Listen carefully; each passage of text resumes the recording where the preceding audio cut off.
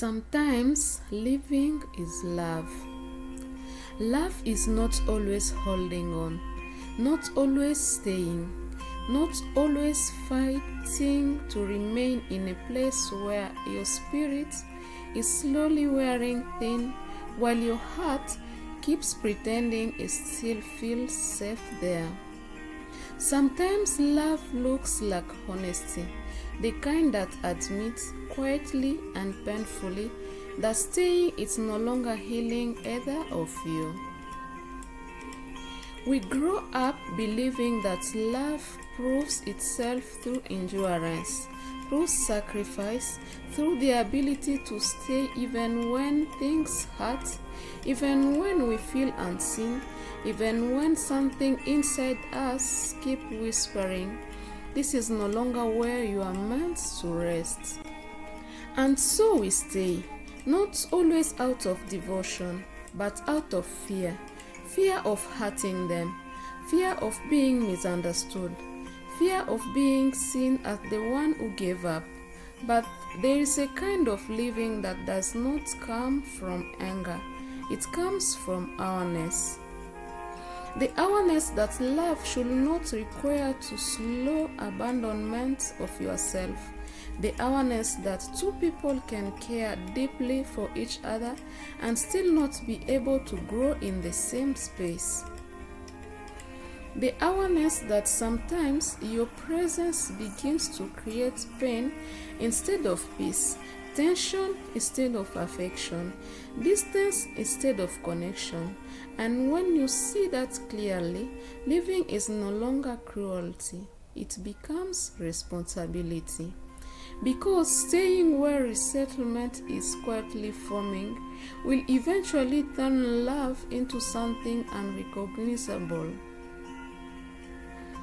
Staying where communication no longer reaches the heart will slowly replace tenderness with burnout.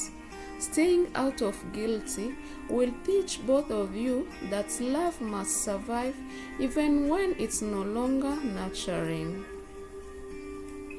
And that is not love, but attachment dressed as loyalty.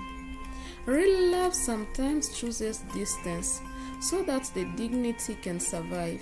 It chooses silence so that words do not turn sharp. It chooses release so that both hearts have a chance to heal instead of slowly breaking each other, trying to force what no longer fits. It's not easy. There is nothing noble about the ash that follows, the second guessing, the nights where you wonder if you should have tried one more time, spoken one more time, stayed a little longer.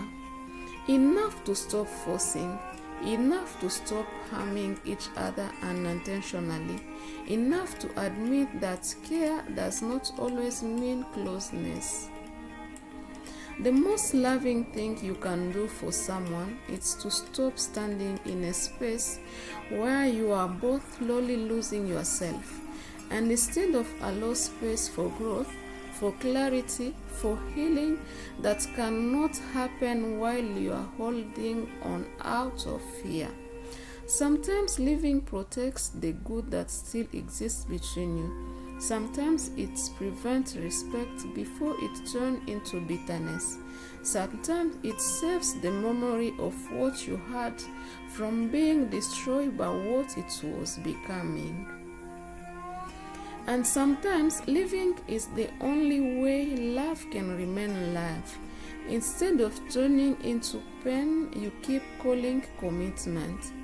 So no, living is not always the absence of love.